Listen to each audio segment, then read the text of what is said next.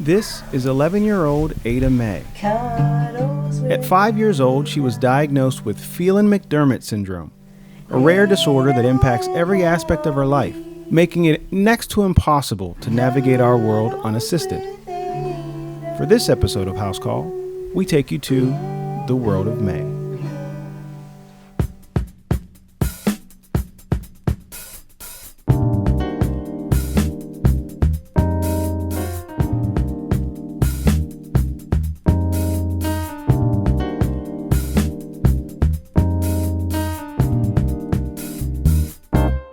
Thank you so much for having us. Thank you for being here. We are here with Kate and John Grashow. We're here to talk about your daughter, Ada, right? 11 years old, and she has Phelan-McDermid syndrome, which is a very rare genetic disorder. So tell us a little bit about what the typical case is. There is such a wide range of people with Phelan-McDermid syndrome could display a wide range of things. However, some of the main similarities with people with Phelan-McDermid syndrome, sleep issues, nonverbal, intellectual disabilities, autism symptoms, am I missing? Hypotonia. So that means that your muscles are weaker. Right. So you have this floppiness to you. Right. And it is very similar or closely related to autism. So that's the thing that most people would probably connect most with. Yes. It is believed that a certain percentage of the people who are diagnosed with autism actually probably have PMS, and many don't even know it. Right. Especially with children maybe who were diagnosed 5 or 10 years ago. Because when Ada got diagnosed at 5.5, the testing that was done to find it, they said 5 years earlier it wouldn't have found it. Right. Our knowledge of this is evolving very rapidly, but a lot isn't known about this disorder. It's very foreign to many people. Right. When we did get the diagnosis at Children's Hospital, it was most of their first time hearing about it. There were maybe a couple of other cases they had heard about. Right, and my research suggests that there are maybe only 2,000 diagnosed cases of PMS. And that is not because there aren't more people, it's that people don't understand this diagnosis. Well, yeah, I think many people live their whole lives without knowing that they have That they have this, right. So this is something that develops over time. You'll see the symptoms emerge, but it starts pretty early on. What did you first begin to see? So we went home thinking we had a perfectly healthy child from the hospital when Ada was born. The first thing that we noticed was that tenacity and that persistence that babies normally have when they are learning a new skill.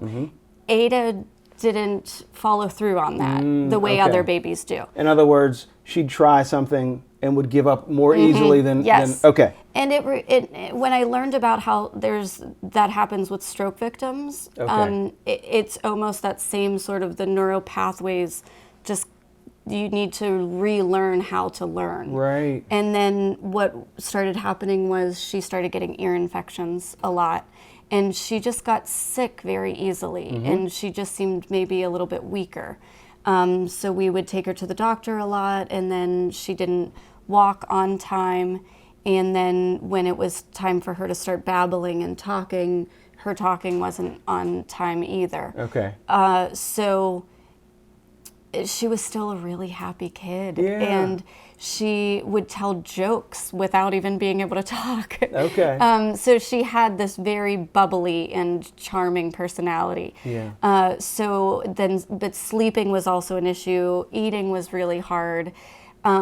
So even though every area of life was a challenge for her, she still faced it with such oomph and sweetness. And I'm glad you said that, because when I was reading about this, what I found is that is relatively typical, that they're very, very pleasant, happy kids, even though there are all these hurdles in their way. Yeah, and I think that's what's so beautiful about being a family member of Ada's is because you really learn a different way of life. Yeah. And even though there's a lot of things that we cannot do that other families do, Ada really teaches us the joys in just holding hands. Right. In the simplicity that is so universal. Yeah. And so before we did the interview, I got to meet Ada, and my understanding is relatively atypical, my experience with her,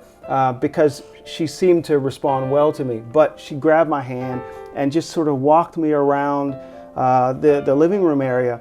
And what was interesting about that was that you're right, it's very, very simplistic.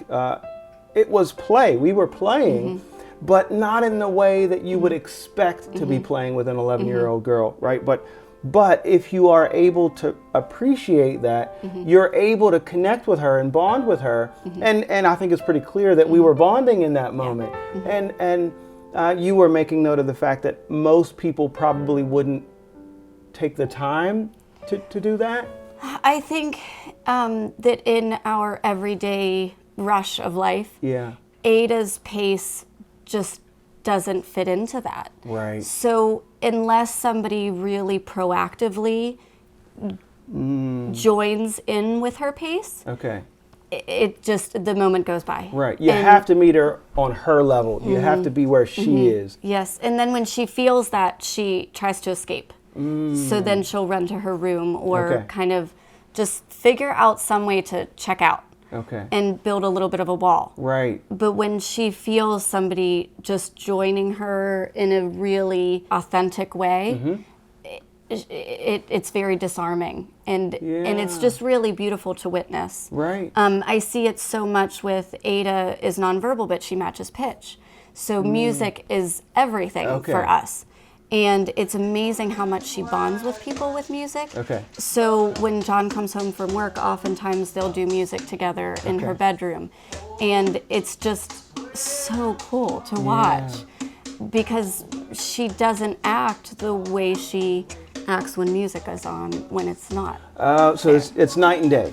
Yes. When there's no music on, she's one kid, you turn the music on and she lights up in her way. Any parent who sees this will say, your biggest fear is that there's something wrong, that there's some developmental issue. What has it been like to learn about it, to recognize this is life? What's it been like? Well, I think there are things about Ada that are fantastic. You know, some of the things we've talked about. She's just got a really sweet personality, and some of these moments you get to spend with her, like just doing music together, stuff that a lot of 11-year-olds wouldn't do with you for that length of time. You know, it's fantastic. But at the same time, there's just a lot of things that are really difficult. Things that, like she's not potty trained. I can't tell you how many times I'm at work and another colleague of mine says, "Oh man, I can't wait till I'm done changing diapers or something," and it's like, well, we'll never be done changing diapers. Right. And in fact, I'm like, my joints are getting sore from lifting an 11-year-old all the time and changing her diapers, and we're constantly trying to figure out, well, how are we going to change her diapers when she's 21, that kind of thing. Right. And another really devastating thing is part of her syndrome is this regression she has. So it's not just that she doesn't quite get up to where other kids are, it's that she actually goes backwards. Yeah. So, she had actually was talking. She had built up to over 150 words. We were really feeling like, what, she's doing it. She's talking. What's going to be the next thing? We're on the road to, she's going to really be probably potty trained soon. And then it turned the other way, and she started to lose things and stop talking. I mean, it's just devastating to watch your child like start going the other direction. It really breaks your heart. Yeah, I mean, and as a parent, that's really what it is. It's that you thrive when you see your child thriving, and to see a deterioration in skills, I imagine would be very difficult. Yeah. I think it goes against human nature to feel comfortable in that zone. But when you live in this reality, you have to be comfortable in that zone. Yeah. Because yeah. that's a constant of her Yeah. life. As a family, our goal, especially with her sisters and her, is to always be as respectful as possible, because we want her to feel like her life is dignified. Right. And right. you don't have to fit into this norm in order for your life to have dignity and to Right. have pride. John brought up a really good point. I think just in regular daily conversation with other people, there are so many things that people say, other parents, that kind of break your heart a little bit, Yes. or a lot. Right. And they don't even know that they're pushing your buttons. Right. And, Yes. Right. And you don't want to walk away feeling bitter, and you don't want to sit there like, ah. But it it's does. your You truth. feel something. Right. Yes. So right. I think that's where we're learning to have a lot of grace as much as we possibly can, and to live for the beautiful moments. Okay. And to learn from her how to be really gracious and grateful, and just squeeze all the joy as we can out of it. And surround ourselves with people who don't think it's weird if her hands are wet, or aren't grossed out if, she drools, or if she does this or that, or just for it to be accepted. And these are things that you sort of understand when you're dealing with an infant. So I've got a 6-month-old baby at home, and I tell people all the time, when you grab her, she's going to have some drool on her, so watch out. And you understand that with a 6-month-old, but with an 11-year-old, people might be a little weirded out by that. Right. Well, and since we've learned how much water therapy is vital for her functionality, lately I've been saying, it's okay if she gets you a little bit wet, she's a mermaid. Okay. Okay. So, and that's what we've learned from our Ada's little sister, Wilhelmina, to embrace it in a mystical way. But you brought something up that I think is powerful to think about, because there is no cure, and there's very little to do along the lines of treatment necessarily. This is about you guys learning how to manage it, learning to help her manage it. But this is lifelong. Ada barely slept at all until she was 5.5. And the only reason she started sleeping well was because John made a special bed for her. Wow. There was nothing on the market as far as special needs beds that would have done what Ada needed for her abilities and what she went through every single night. And then how does that domino effect into all of our lives as a family, as the provider of our family, not sleeping every night for 5 years. Wow. So it really seeps into every aspect of life. Yes. Yeah. Because you guys have created, we walked around the house, you guys have created your own special world that allows her to feel at home and I hate to use the word, but feel like a normal kid, right? And the rest of the world isn't necessarily doing that. Yes. Even picking up Wilhelmina from school is extremely overwhelming for Ada. Yeah. So she stays here with her aide, and she can stay in her world and be comfortable. And the other day we tried, and so every now and then I don't want to be holding her back, so we test the waters. So you see what happens. Yes. And it doesn't always go well. No. Okay. And she had a vasovagal. She passed out, and it just gets really alarming. And Wilhelmina is so quick to go get this wet so we can cool her down, and she goes right into taking care of her sister mode, which she's always in taking care of her sister mode. Yeah. It's just what level. Yeah, I think it's, I think that really works. And like you mentioned, around our house, we've kind of adapted everything. We've built up systems so that everything works for her and it's comfortable, and more or less she's comfortable. She can roam around, and we can have some level of peace around here, and she can have some level of autonomy. We still need to keep an eye on her and everything. But, for example, something as simple as going over to somebody else's house. I think most other people would say that's not too big of a deal. You take your kids over to somebody else's house, the kids play together, the parents talk or whatever. But when we go over to somebody else's house, one of us has to be playing man-to-man defense the whole time because Ada just doesn't understand. She's going to walk around and knock all their lamps and whatever else off off the table. She's going to grab food off people's plates, knock wine glasses off. Right. Not because she's doing anything malicious, but just because she doesn't understand and none of this stuff is set up. And so that's like not only really difficult for Ada, but incredibly stressful for us.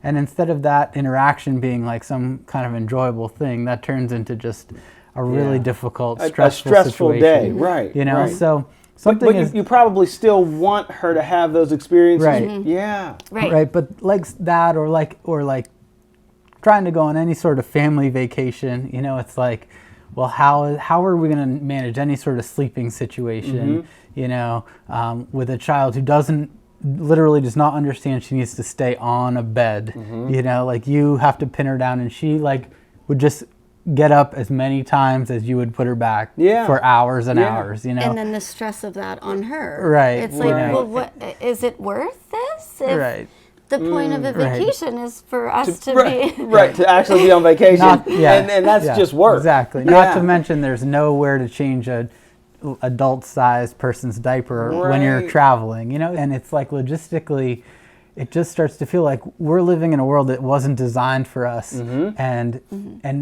nobody understands, and the sad thing is I think that some people understand and either try to help us or at least are understanding, and other people sadly really start to I feel like a lot of resentment toward us when we're not willing to, people start to feel like we're not willing to reach out to them. Like I think they don't understand what we're going through, and they almost take offense to the fact that we're not reaching out. When the reality is, we just really can't. We're doing everything we can. It's just really difficult. They probably think you're being difficult or that you're standoffish. When in fact it's just simpler to be in this world because that's where she's happiest, most comfortable, and it probably is less work for you because you've designed this world for her. Right. A tea bag left on the counter is a choking hazard. Wow. She has pica, so she doesn't understand, what to put in her mouth and what not to put in her mouth. Right. So having other children around that feel comfortable with that and can be responsible and loving and that mindful of another person also creates such empathetic children. Yeah. So that's another wonderful aspect of this. Not only has this world that we create empowered Ada, and it's empowered us in ways, we really believe and we see it empowering our other children. And I've watched the other kids, because there are two other siblings. Their names? Wilhelmina is 9 and Una is 3. And they are just amazing. Thank you. I agree with you that the way they are sensitive and understanding and empathetic, it is atypical of kids that age. But they have had to learn to understand what's going on with their sister and make it okay for their sister. You never want to put so much pressure on literally your baby to have to take care of your other child. But seeing Una as a baby effectively feed Ada. Yeah, that's amazing. Yes. That's amazing. Yeah, it just gives you the chills. It breaks your heart. Right. In so many respects, but then it's also gorgeous in so many ways. Right. And then you can't help but fast forward to 40 years from now. How are those two going to rise to the occasion also and be the team that she needs? Now, you've mentioned it, but you have found a few things that are really, really helpful. Yes. Things that she responds really well to. One of them being music and the other being water. So we've always noticed, even as a baby, Ada just comes to life in the water. Okay. The same way she comes to life the second the music comes on. Okay. Which is so interesting because they're both so fluid. Right. Water and the consistent sound of music. And she had water therapy, and we loved it, and it was great, and it was positive. And we then found a wonderful second location that it wasn't just during physical therapy that she could get it, but we could go to this residential community that she could get it at St. Barnabas. Okay. And she was doing great. We realized how much it strengthened her. Ada she can't regulate her body temperature very well. So going out in this snowy weather is very upsetting for her. Going outside and getting the physical exercise her body desperately needs, just like any kid needs, but she needs it even more with the hypotonia. In the wintertime, it's very hard to get that.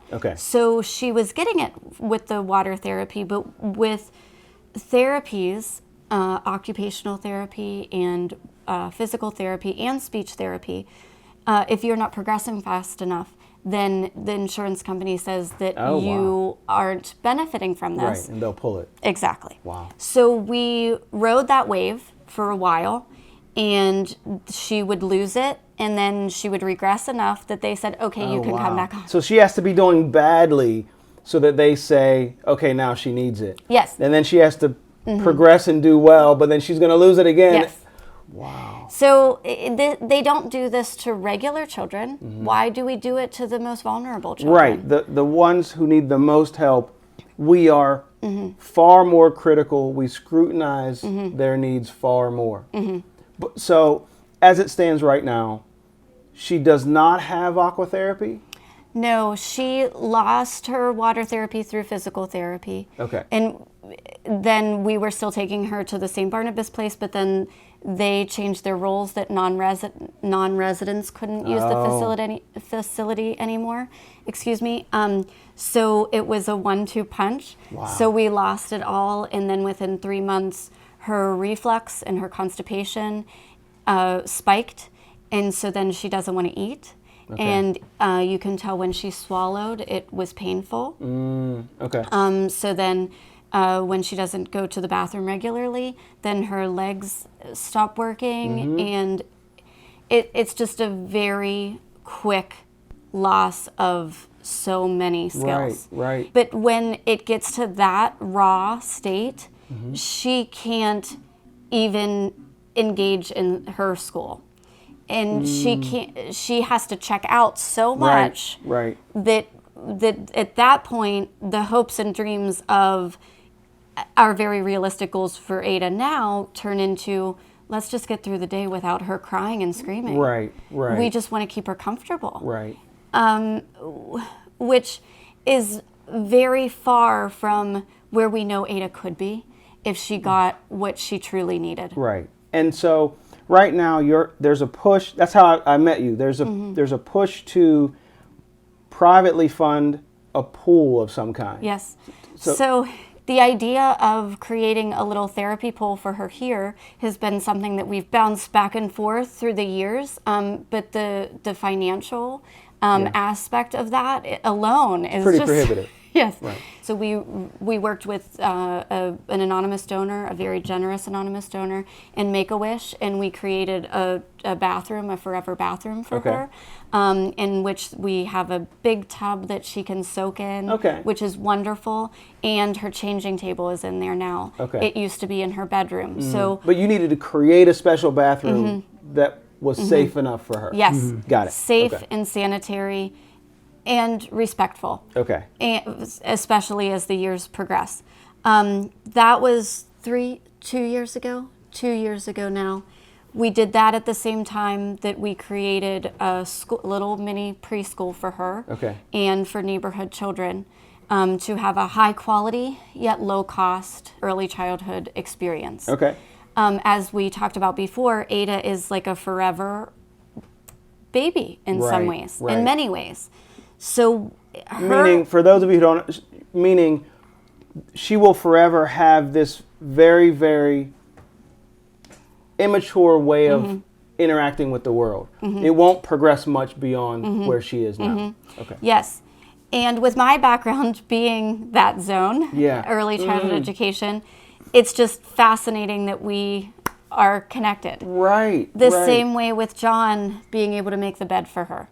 His engineering background, he can put together things and design things. It's like the two of you were perfectly chosen for this. I mean, you know, but you got to find the silver lining sometimes. You have to. So the pool, how much would it cost you? What's the purpose of it? Yes. So our end goal is to reach 100,000. We have raised a lot so far, and we're so enormously grateful. There's no words to describe how grateful we feel. We have a lot to go, but I think the last push is about 20,000. Okay. And then it's a matter of paying back afterwards. That we'll have to do, and that we hope that we'll get help on too. Sure. With the community of love that we've created. Okay. What we've tried to do over the years is with World of May. We created that when we first found out about Phelan-McDermid syndrome. We have a 5K every year that the people come and they get a great service, they get a great day. It's a 5K and a 1 mile fun run, and it's a festival. So we try to do fun things so that then Ada can be empowered and that we can empower the community as well.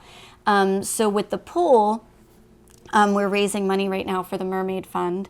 And that will be an indoor therapy pool. Anybody who donates, anybody who shares, just spreading the word is huge, because we never want to deplete anyone. We never want to be a burden, but we really believe that if we can create a village of love, which I think has been done with World of May, and we've been very lucky to have the circle of love surrounding us. I think we just hope that if we keep growing that circle of love, then we won't be pains to the people who have been so generous and kind over the years. So just spreading our story and you all being here and helping us do that is everything. Real quick, tell me about the World. I love the story behind this shirt. So these are T-shirts. These were for last year's World of May 5K. Okay. Our daughter Wilhelmina designed this amazing logo. So that is the greatest thing ever. We love these shirts. This is a combination fairy mermaid. In case you're wondering, it's pretty obvious. But. And that is Ada. Is that fair to say? That's right. Yes. That is her drawing of. Yes. If you can't see, she's on the other side of the camera. She's very proud of the fact that she was able to create this logo. And she's in fact our helper right now. She's manning the soundboard. There are all these stories out in the world of people who are living lives that are just different than everybody else's, and they have special hurdles that people don't understand. It would warm my heart if this episode comes out and suddenly you have the ability to put this pool in, because we will have made her life better. It's not like they want an Olympic-sized pool to have fun and do laps in the backyard. This is to help someone live what would be a more normal life and feel that dignity and autonomy that we would wish for her. As I'm hearing you speak, the idea of asking for anything feels really uncomfortable. Yeah. This is hard. Yeah. Like I said, I always try so hard to look at the positive and find the silver lining and live that. But we also know that we're reinventing the wheel in so many ways. And we know that we were able to successfully do it with her school. And when the kids come, her friends all come to the school and they have a low-cost, high-quality childcare. We feel like we're not only empowering Ada, but we're then able to give back to the community that has given so much to us. Right. And we do have plans to make the school into a nonprofit so we can help even more people after we get the pool situated. I see you don't love asking people for help, so I'll do it. Listen, this is the part of the show where I usually do my normal wrap-up and I tell you to call us or let us know what you want to see. But right now, for this episode, all I want you to do is share this video and send this family a couple dollars. It's not only that we're helping her with her health and her needs, but giving her some joy. That, to me, is worth it. For those of you who are wondering why she's not sitting here with us, the decision was made to allow her to be in another room because the lights, the conversation, it would just be too much for her. And so if you heard in the background a guitar strumming and stuff like that, it's because she's literally in the other room with her music therapist because this would be too much to ask of her. So as you can see, there are some special needs involved here, and I need for us to step up to that challenge. That's all I've got for today. I'm Dr. Rueben Brock, and this is House Call.